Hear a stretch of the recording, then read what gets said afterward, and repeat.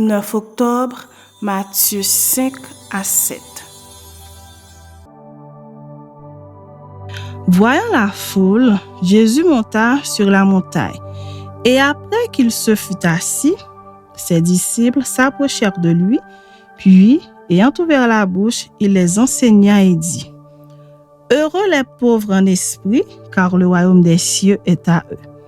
Heureux les affligés, car ils seront consolés. Heureux les débonnaires, car ils hériteront la terre. Heureux ceux qui ont faim et soif de la justice, car ils seront rassasiés. Heureux les miséricordieux, car ils obtiendront miséricorde. Heureux ceux qui ont le cœur pur, car ils verront Dieu. Heureux ceux qui procurent la paix, car ils seront appelés fils de Dieu. Heureux ceux qui sont persécutés pour la justice, car le royaume des cieux est à eux. Heureux serez-vous lorsqu'on vous outragera, qu'on vous persécutera et qu'on dira faussement de vous toutes sortes de mal à cause de moi.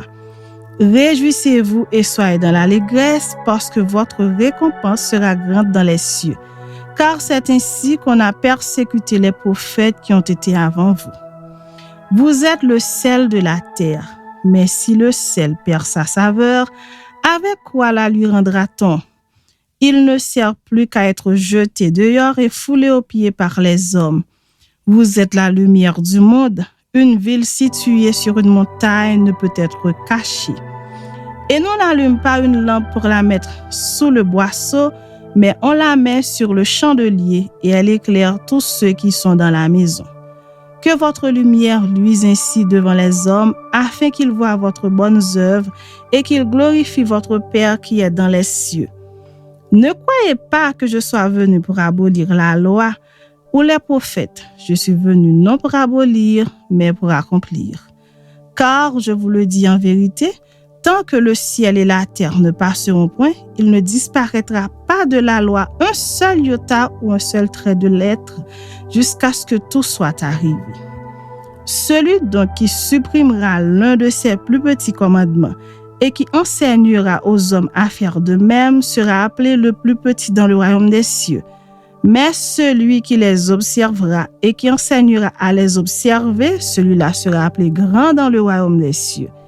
Car je vous le dis, si votre justice ne surpasse celle des scribes et des pharisiens, vous n'entrerez point dans le royaume des cieux. Vous avez entendu qu'il a été dit aux anciens, tu ne tueras point. Celui qui tuera mérite d'être puni par les juges. Mais moi, je vous dis que quiconque se met en colère contre son frère mérite d'être puni par les juges.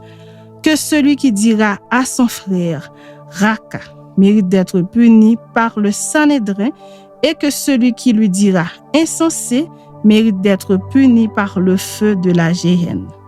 Si donc tu présentes ton offrande à l'autel, et que là, tu te souviennes que ton frère a quelque chose contre toi, laisse là ton offrande devant l'autel et va d'abord te réconcilier avec ton frère. Puis viens présenter ton offrande. Accorde-toi promptement avec ton adversaire pendant que tu es en chemin avec lui, de peur qu'il ne te livre au juge, que le juge ne te livre à l'officier de justice et que tu ne sois mis en prison. Je te le dis en vérité, tu ne sortiras pas de là que tu n'aies payé le dernier cadran. Vous avez appris qu'il a été dit, tu ne commettras point d'adultère. Mais moi, je vous dis que quiconque regarde une femme pour la convoiter a déjà commis un adultère avec elle dans son cœur. Si ton œil droit est pour toi une occasion de chute, arrache-le et jette-le loin de toi. Car il est avantageux pour toi qu'un seul de tes membres périsse et que ton corps entier ne soit pas jeté dans la géhenne. Et si ta main droite est pour toi une occasion de chute, coupe-la et jette-la loin de toi.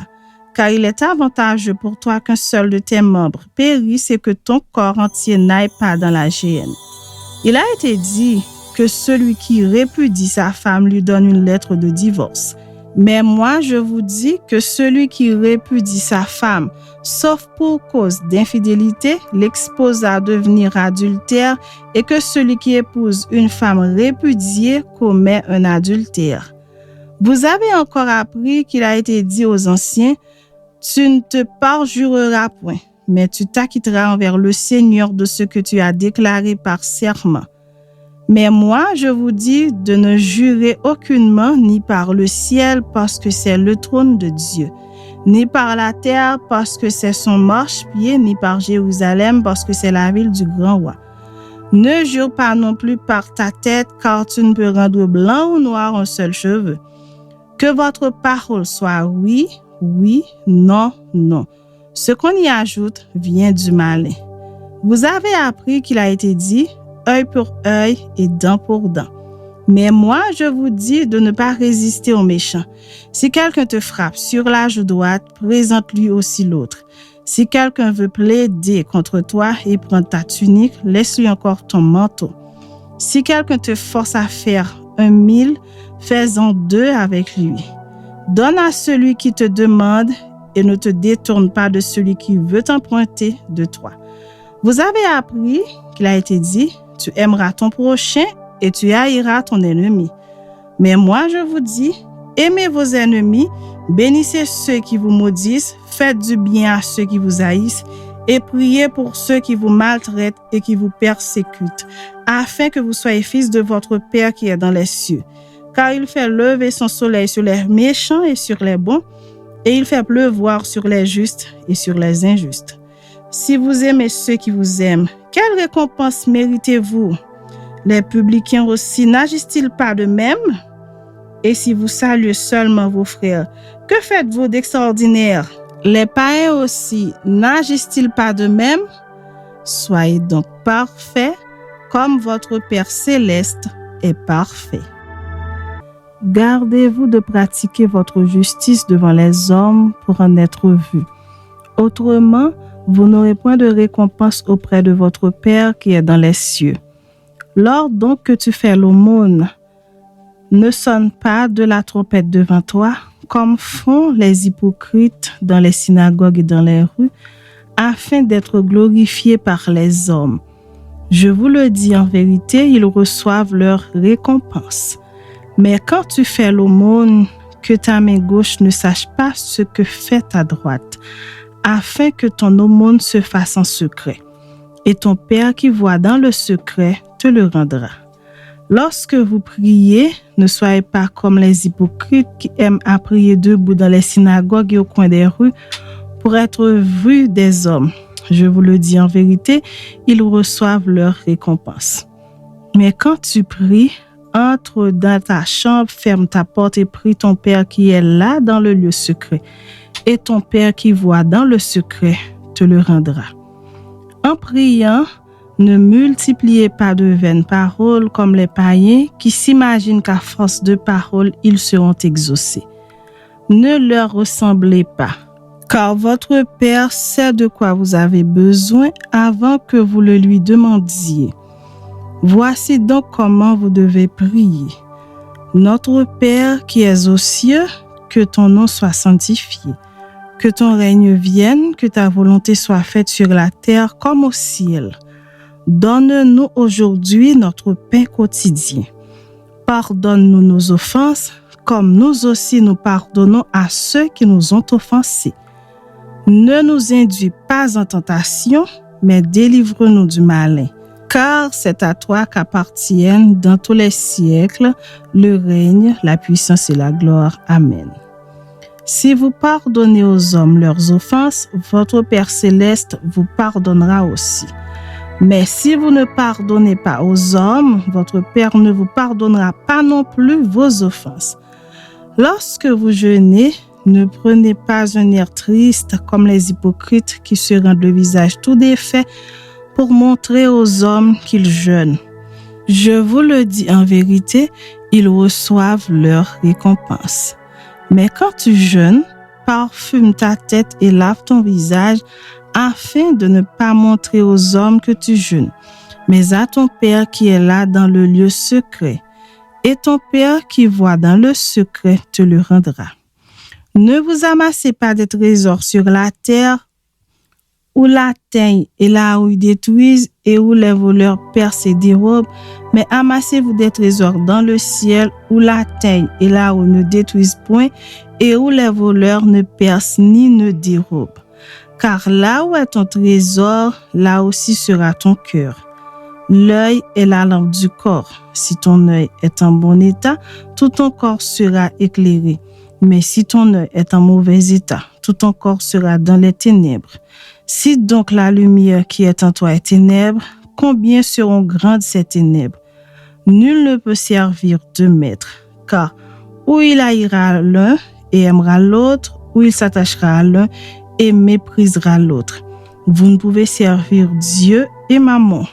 C'est pourquoi je vous dis, ne vous inquiétez pas pour votre vie de ce que vous mangerez, ni pour votre corps de quoi vous serez vêtus. La vie n'est-elle pas plus que la nourriture et le corps plus que le vêtement? Regardez les oiseaux du ciel. Ils ne sèment ni ne moissonnent et ils n'amassent rien dans des greniers. Et votre Père céleste les nourrit. Ne valez-vous pas beaucoup plus qu'eux? Qui de vous, par ses inquiétudes, peut ajouter une coudée à la durée de sa vie? Et pourquoi vous inquiétez au sujet du vêtement? Considérez comment croissent les lys des champs. Ils ne travaillent ni ne filent. Cependant, je vous dis que Salomon même, dans toute sa gloire, n'a pas été vêtu comme l'un d'eux. Si Dieu revêt ainsi l'herbe des champs, qui existe aujourd'hui et qui demain sera jetée au four, ne vous vêtira-t-il pas à plus forte raison, gens de peu de foi? Ne vous inquiétez donc point et ne dites pas, que mangerons-nous, que boirons-nous, de quoi serons-nous vêtus? Car toutes ces choses, ce sont les païens qui les recherchent.